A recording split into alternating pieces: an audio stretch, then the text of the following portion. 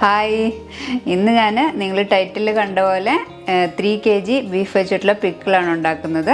അപ്പോൾ 3 kg beef വെച്ച് pickle ഉണ്ടാക്കുന്ന അതിൻ്റെ മെഷർമെൻറ്റും പിന്നെ കുറച്ച് അളവിൽ ഉണ്ടാക്കാൻ വേണ്ടിയിട്ടുള്ള മെഷർമെൻറ്റും ഞാൻ ഡിസ്ക്രിപ്ഷനിൽ കൊടുക്കുന്നുണ്ട്.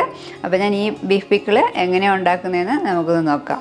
അപ്പോൾ ഞാൻ ഈ ബീഫ് പിക്കിൾ ഉണ്ടാക്കാൻ വേണ്ടിയിട്ട് ആദ്യം ഉപ്പിടുന്നുണ്ട്. ഉപ്പ് ഒരു 3 ടീസ്പൂൺ ഇട്ട് കൊടുക്കുന്നു.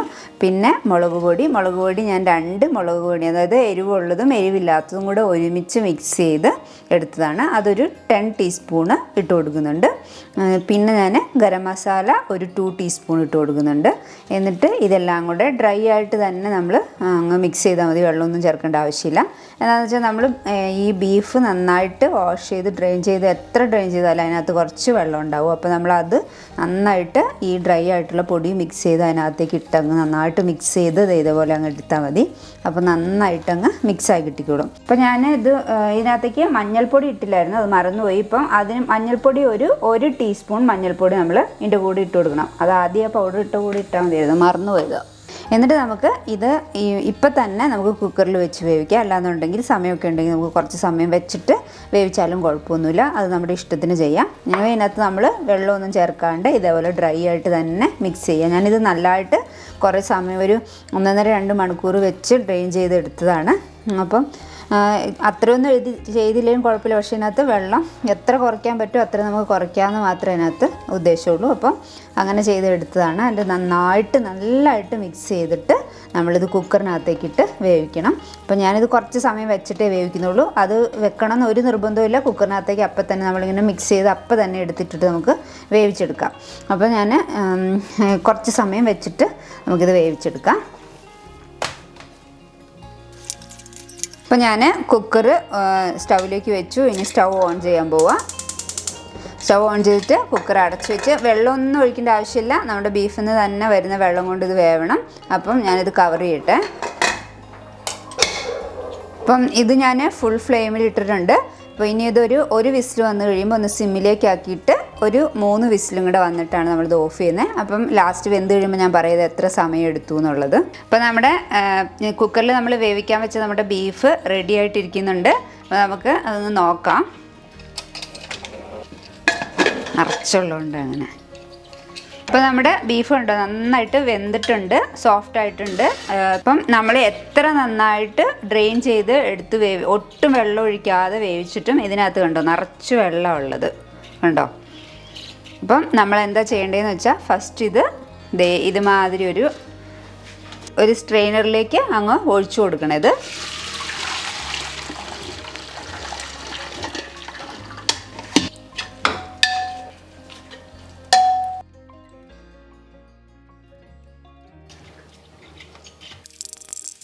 നമ്മുടെ കുക്കറിൽ നിന്ന് ഫുള്ളായിട്ട് നമ്മൾ ഈ സ്ട്രെയിനറിലേക്ക് ഇട്ട് കൊടുത്തു.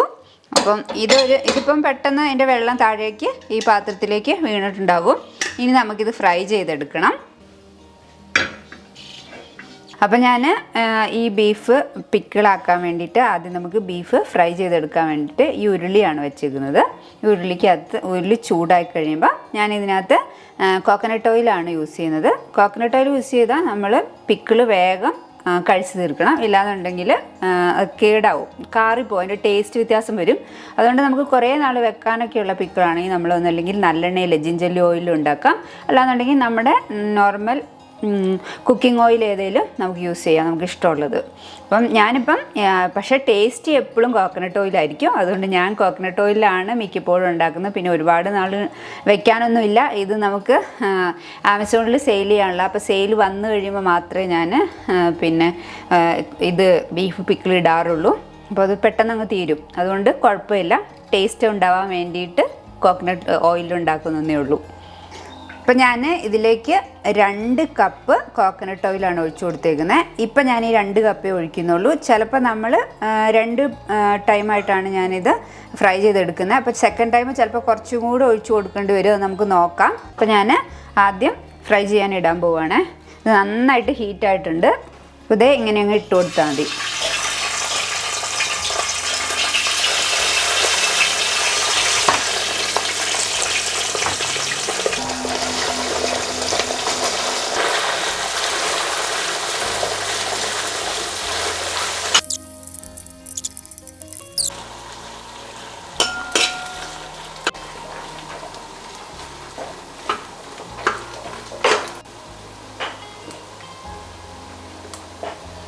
നമ്മളിത് ഫ്രൈ ചെയ്യാൻ വെച്ചിട്ട് ഒരു 25 മിനിറ്റ്സ് ആയിട്ടുണ്ട്. അപ്പോഴത്തേക്കും ഇതിൻ്റെ കളറൊക്കെ നന്നായിട്ട് ചേഞ്ച് ആയി. ഇനി ഒരു 5 മിനിറ്റ്സും കൂടെ എടുത്ത് ഇത് നന്നായിട്ടങ്ങ് ഇച്ചിരി നല്ല ഫ്രൈ ആയിട്ടുണ്ടാകും. അപ്പം എന്നിട്ട് നമ്മളിത് എടുത്ത് മാറ്റാം. എന്നിട്ട് അടുത്ത ട്രിപ്പ് ഇടാം. അപ്പം നമുക്ക് എടുത്ത് കഴിയുമ്പോൾ അറിയാനകത്ത് കുറച്ചും കൂടെ ഓയിൽ കുറവാണെങ്കിൽ കുറച്ചും കൂടെ ഒഴിച്ചു കൊടുക്കേണ്ടി വരും. അപ്പം നമുക്ക് ഇത് എടുത്ത് കഴിയുമ്പോൾ നോക്കാം കേട്ടോ. അപ്പോൾ ഇതേ നമ്മുടെ ബീഫ് നന്നായിട്ട് ഫ്രൈ ആയിട്ടുണ്ട്. കാണാൻ ഇങ്ങനെ കളറൊക്കെ ചേഞ്ച് ആയിട്ടുണ്ട്. ഇനി നമ്മൾ ഇതിനെ എണ്ണയിൽ നിന്ന് കോരിയെടുക്കണം. എന്നിട്ട് വേണം നമുക്ക് അടുത്ത ട്രിപ്പ് ഇടാൻ വേണ്ടിയിട്ട്. ഞാനിത് ഈ ഒരു പാത്രത്തിലേക്ക് കോരിയെടുത്ത് വെക്കുന്നേ ഉള്ളൂ. ഒരുപാട് എണ്ണ അങ്ങനെ സ്ട്രെയിനായി പോകാനൊന്നും വെക്കുന്നില്ല. കാരണം എന്ന് വെച്ചാൽ നമ്മൾ ഇപ്പം തന്നെ അടുത്തത് ഫ്രൈ ചെയ്തെടുത്താൽ ഉടനെ തന്നെ ഇതങ്ങ് എല്ലാത്തിൻ്റെ കൂടെ മിക്സ് ചെയ്തെടുക്കുമല്ലോ. അപ്പം എങ്ങനെയാണേലും നമുക്ക് ഈ ഓയിൽ ആവശ്യമുണ്ട്.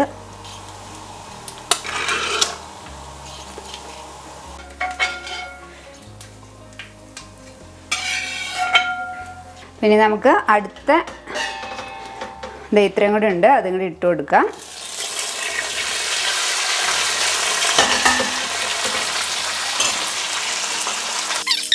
ഇപ്പം നമ്മൾ 2 ബാച്ചും അത് ഫ്രൈ ചെയ്തെടുത്തു. ഇപ്പം ഓയിൽ എടുത്തപ്പോൾ ഇത്രയേ ബാക്കിയുള്ളൂ, കോക്കനട്ട് ഓയിൽ.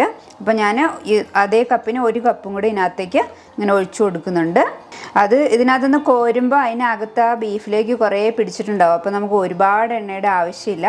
നമുക്കിനി ബാക്കി ഇൻഗ്രീഡിയൻസ് ഒക്കെ ഒന്ന് ഫ്രൈ ആയി വരാനുള്ളൊരു എണ്ണ മാത്രമാണിത്. ഇപ്പം ഞാൻ ഈ എണ്ണയിലേക്ക് ആദ്യം 1 കപ്പ് വെളുത്തുള്ളി, ഇത് 100 ഗ്രാം ഉണ്ട് കേട്ടോ, 1 കപ്പ് വെളുത്തുള്ളി ഇതങ്ങ് ഇട്ട് കൊടുക്കുവാണേ.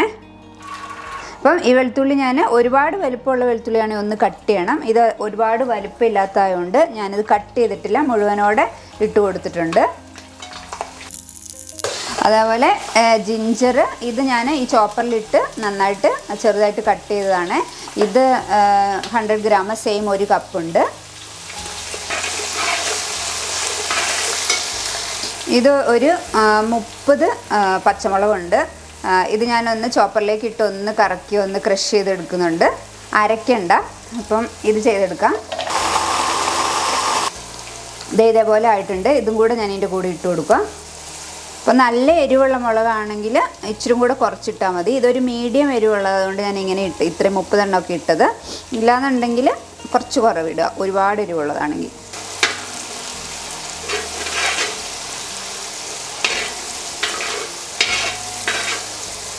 ഇത് വെളുത്തുള്ളി അരച്ചെടുത്തതാണ് നന്നായിട്ട്. അപ്പോൾ ഞാൻ പകുതി വെളുത്തുള്ളി, ഈ പിക്കിളിന് എടുക്കുന്ന പകുതി വെളുത്തുള്ളി അരച്ചും നന്നായിട്ട് പേസ്റ്റാക്കി ഗ്രൈൻഡ് ചെയ്തെടുത്തതാണ്. പകുതി മുഴുവനായിട്ട് ഇട്ടു. അപ്പോൾ അല്ലെങ്കിൽ നമുക്ക് ഈ പിക്കിൾ ഉണ്ടാക്കുമ്പോൾ ഇച്ചിരി പേസ്റ്റ് ഉണ്ടാവണമെങ്കിൽ, നല്ലതായിട്ട് ഗ്രേവി ഉണ്ടാവണമെങ്കിൽ ഇങ്ങനെ കുറച്ച് ഗ്രൈൻഡ് ചെയ്ത് ചേർത്താലേ ഉണ്ടാവുള്ളൂ.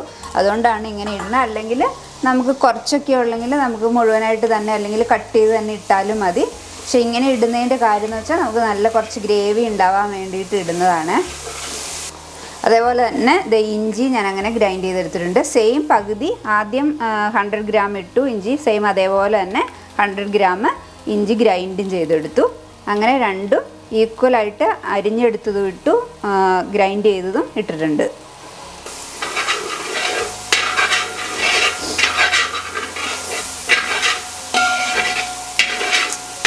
ഇനി ഒരു കുറച്ച് സമയം നമ്മളിതിനകത്ത് നന്നായിട്ട് ഇതെല്ലാം പച്ചമണമൊക്കെ ഒന്ന് പോയി ഒന്ന് ഫ്രൈ ആയിട്ട് ഇട്ടണം നമുക്ക് നന്നായിട്ട്. അപ്പോൾ അതുവരെ ഇങ്ങനെ ഇടയ്ക്കല്ല താഴെ ഇങ്ങനെ പിടിച്ചു പോകാതെ, ഒരുപാടങ്ങ് പിടിച്ചു പോകാതെ നമ്മൾ ഇളക്കി ഫ്രൈ ചെയ്യണം. പിന്നെ നമ്മളിടുന്ന സാധനമാണ് കറിവേപ്പില. അപ്പോൾ കറിവേപ്പില കുറച്ച് നമ്മളങ്ങ് ഇട്ട് കൊടുത്താൽ മതി. അതൊക്കെ നമ്മുടെ ഇഷ്ടം. എന്തായാലും ഇച്ചിരി നന്നായിട്ട് ഇടണം.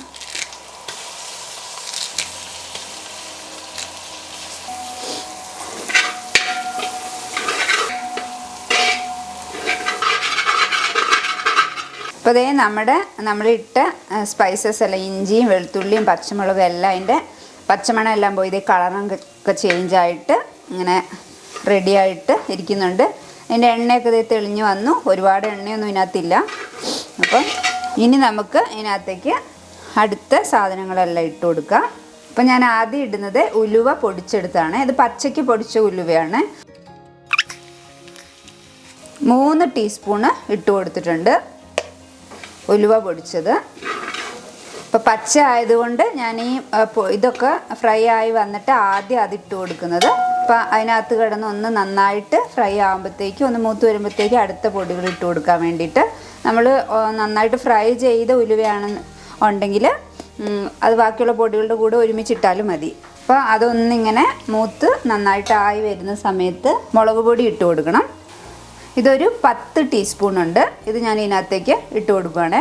മുളക് പൊടി ഇത് എരിവുള്ളതും ഇല്ലാത്തത്, അതായത് കാശ്മീരി ചില്ലിയും നല്ല മുളകും കൂടെ, എരിവുള്ള മുളകും കൂടെ ഒരുമിച്ച് പൊടിച്ചെടുത്തതാണ്.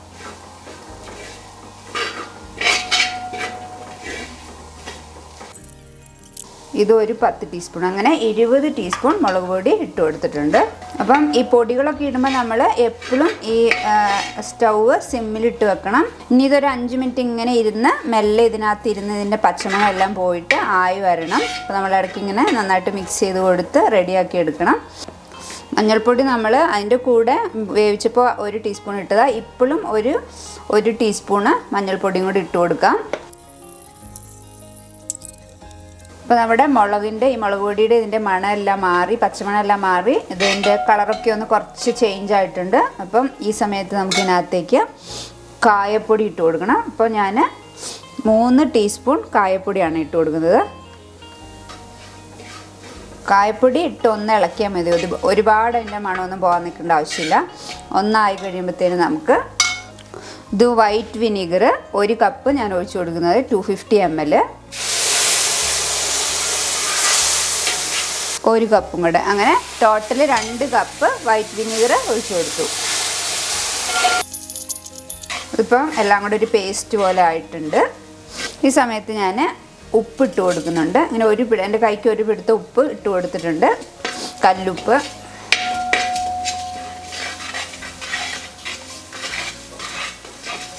ഇങ്ങനെ ഈ പേസ്റ്റ് ആയിട്ടിരിക്കുന്ന ഇതിലേക്ക് ബീഫ് നമ്മൾ ഫസ്റ്റ് കുക്കറിൽ വേവിച്ചെടുത്തപ്പോൾ അതിനകത്ത് വെള്ളം ഉണ്ടായിരുന്നല്ലോ, ആ വെള്ളം നമ്മൾ സ്ട്രെയിൻ ചെയ്തെടുത്ത് മാറ്റി വെച്ചിട്ടുണ്ടായിരുന്നു.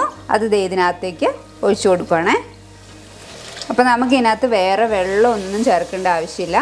നമുക്ക് ആവശ്യത്തിന് ഗ്രേവി ഇതിനകത്ത് കിട്ടുകയും ചെയ്യും. അല്ലെങ്കിലും പിക്കിളിനകത്തൊന്നും നമ്മൾ പച്ചവെള്ളമൊന്നും കോരി ഒഴിക്കരുത്. കോരി ഒഴിച്ച് കഴിഞ്ഞിട്ടുണ്ടെങ്കിൽ പെട്ടെന്ന് കേടായി പോകും. അപ്പോൾ കണ്ടോ, നമുക്ക് അത്യാവശ്യം ഗ്രേവി ഇതിനകത്തുനിന്ന് തന്നെ കിട്ടി. അപ്പോൾ ഇതൊന്ന് മിക്സായി തിളച്ചാൽ നമുക്ക് നമ്മുടെ ഫ്രൈ ചെയ്ത് വെച്ചിരിക്കുന്ന ബീഫിനകത്തേക്ക് ഇട്ട് കൊടുക്കാം. അപ്പോൾ നമ്മൾ ഫ്രൈ ചെയ്തെടുത്ത ബീഫ് ഇതാണ്. നല്ല കളറൊക്കെ മാറി. ഇതിനകത്ത് എണ്ണയുണ്ട്, ഞാൻ അതുകൊണ്ട് എണ്ണ ഒഴിക്കാതിരുന്നത് ഒരുപാട്. കാരണം ഇതിനകത്തുനിന്ന് എണ്ണ ഇങ്ങനെ വെളിയിലോട്ട് വരുമെന്ന് എനിക്കറിയാം. അപ്പം ഇതിങ്ങനെ മിക്സ് ആയിരിക്കുന്ന സമയത്ത് നമുക്ക് ഈ ഫ്രൈ ചെയ്ത് വെച്ചേക്കുന്ന ഈ ബീഫിനകത്തേക്ക് ഇട്ട് കൊടുക്കാം. കണ്ടോ, എണ്ണ ഇതിനകത്തുള്ളത് നമ്മൾ ഫ്രൈ ചെയ്ത് വെച്ചാൽ നമ്മുടെ പിക്കിളിൻ്റെ ലാസ്റ്റ് സ്റ്റേജിലാണ്. അപ്പം ഉപ്പ് നോക്കണം, ഉപ്പ് കുറച്ചും കൂടി ഇടണം. ഞാൻ ഉപ്പ് ഒത്തിരി കുറവായിരുന്നു. എൻ്റെ കൈക്ക് ഒരു പിടുത്തം കല്ലുപ്പാണ് ഇട്ടേക്കുന്നത്. ഇപ്പം പൊടിയുപ്പാണെങ്കിൽ ഏകദേശം അത്രയും തന്നെ ഇടണം. എന്നാലും പോരാ, ഇനി നമ്മൾ ഇടേണ്ടി വരുമായിരിക്കും, നോക്കിയിട്ട് വേണം ഇടാനായിട്ട്. ഇതൊന്ന് തിളച്ച് കഴിഞ്ഞാൽ നമുക്ക് ഓഫ് ചെയ്യാം. ഇത്രയും കൂടെ ഉപ്പിട്ട് കൊടുക്കുന്നുണ്ട്. അപ്പം എൻ്റെ കൈക്ക് 2 കൈ ഉപ്പും പിന്നെ നമ്മൾ ഫ്രൈ ചെയ്യാൻ നേരത്ത് ഇട്ട ഉപ്പും. അപ്പോൾ ഉപ്പിൻ്റെ കണക്ക് നമുക്ക് എക്സാക്റ്റ് പറയാൻ പറ്റില്ല, കാരണം ഓരോരുത്തർക്കും ഉപ്പിൻ്റെ ടേസ്റ്റ് വ്യത്യാസങ്ങളുണ്ടാവുമല്ലോ. നല്ല ഏകദേശം ഒരു കണക്കാണ്. ഇപ്പോൾ കാണാം, ഇപ്പോൾ ഇതെല്ലാം നന്നായിട്ട് തിളച്ച് നല്ല ബോയിലായിട്ട് ഇരിക്കുന്നുണ്ട്. ഈ സമയത്ത് ഞാനിതങ്ങോട്ട് ഓഫ് ചെയ്ത് വെക്കുവാണേ. അപ്പോൾ നമ്മുടെ പിക്കിള് ഇങ്ങനെ റെഡി ആയിട്ടുണ്ട്. പക്ഷേ ഇതിങ്ങനെ കുറച്ച് സമയം ഇരുന്ന് ഇതിൻ്റെ നന്നായിട്ട് തണുത്ത് ബീഫിനകത്തേക്ക് നമ്മുടെ ഈ അരപ്പൊക്കെ നന്നായി പിടിച്ച് വന്നു കഴിയുമ്പോഴാണ് ഇതിൻ്റെ ഒറിജിനലായിട്ടുള്ള ടേസ്റ്റ് നമുക്ക് മനസ്സിലാവുക. അപ്പോൾ അതായത് നമ്മളൊരു മിനിമം ഒരു 4-5 മണിക്കൂറെങ്കിലും ഇരുന്നാലാണ് ഈ ബീഫെല്ലാം ആ ഗ്രേവിക്കകത്ത് നന്നായിട്ട് മിക്സായിട്ട് വരത്തുള്ളൂ. അപ്പോൾ ഞാനിപ്പോൾ വൈകുന്നേരം ഉണ്ടാക്കിയ രാവിലെ ആകുമ്പോഴാണ് ഞാൻ എന്താ പറയുക, കറക്റ്റ് ടേസ്റ്റ് നമുക്കറിയാൻ പറ്റുക. ഉപ്പും മുളകും ഒക്കെ നമുക്കറിയാൻ പറ്റും, പക്ഷേ ആ ബീഫിനകത്തേക്ക് ടേസ്റ്റ് പിടിച്ചിട്ടുണ്ടോ എന്ന് നമുക്ക് അന്നേരം അറിയാൻ പറ്റുള്ളൂ. ഞാനിതിപ്പോൾ ഇവിടെ ചൂടാറി കഴിയുമ്പോൾ വേറൊരു ഗ്ലാസ് പാത്രത്തിലേക്ക് എടുത്ത് മാറ്റി വെക്കും. അപ്പം നമ്മുടെ പിക്കിള് റെഡി ആയിട്ടുണ്ട്. ഈ പിക്കിള് നിങ്ങൾക്ക് ആമസോണിൽ വാങ്ങാൻ കിട്ടും. ആമസോണിൽ ഷിപ്പിൻ്റെ മൗത്ത് എന്ന് പറഞ്ഞിട്ട് എൻ്റെ സ്റ്റോറുണ്ട്, അതിനകത്ത് വാങ്ങാൻ കിട്ടും. ഈ പിക്കിള് മാത്രമല്ല, കുറേ പിക്കിളുണ്ട്. ലെമണുണ്ട്, ട്യൂണയുണ്ട്, പിന്നെ ഗാർലിക് ഉണ്ട്, അങ്ങനെ കുറേ പിക്കിളുണ്ട്. പിന്നെ നെല്ലിക്ക കറുപ്പിച്ചതുണ്ട്, ഒക്കെ കിട്ടും. ഞാനതിൻ്റെ ലിങ്ക് വീഡിയോൻ്റെ താഴെ ഇടാം. ആവശ്യമുള്ളവരുണ്ടെങ്കിൽ അല്ലെങ്കിൽ ഇഷ്ടമുള്ളവരുണ്ടെങ്കിൽ പോയി വാങ്ങി നോക്കാം. പിന്നെ ഞാൻ പിക്കിളിട്ടേക്കുന്ന കണ്ടിട്ട് ഇഷ്ടമുണ്ടെങ്കിൽ എല്ലാവരും ഒന്ന് ട്രൈ ചെയ്ത് നോക്കണം. ഞാനിതിൻ്റെ 1 kgയുടെയോ 1/2 kgയുടെയോ ഏതെങ്കിലും ഒരു റെസിപ്പി അല്ലെങ്കിൽ അതിൻ്റെ മെഷർമെൻറ്റ് ഡിസ്ക്രിപ്ഷനിൽ കൊടുത്തേക്കാം. അപ്പം ഒന്ന് ട്രൈ ചെയ്ത് നോക്ക്.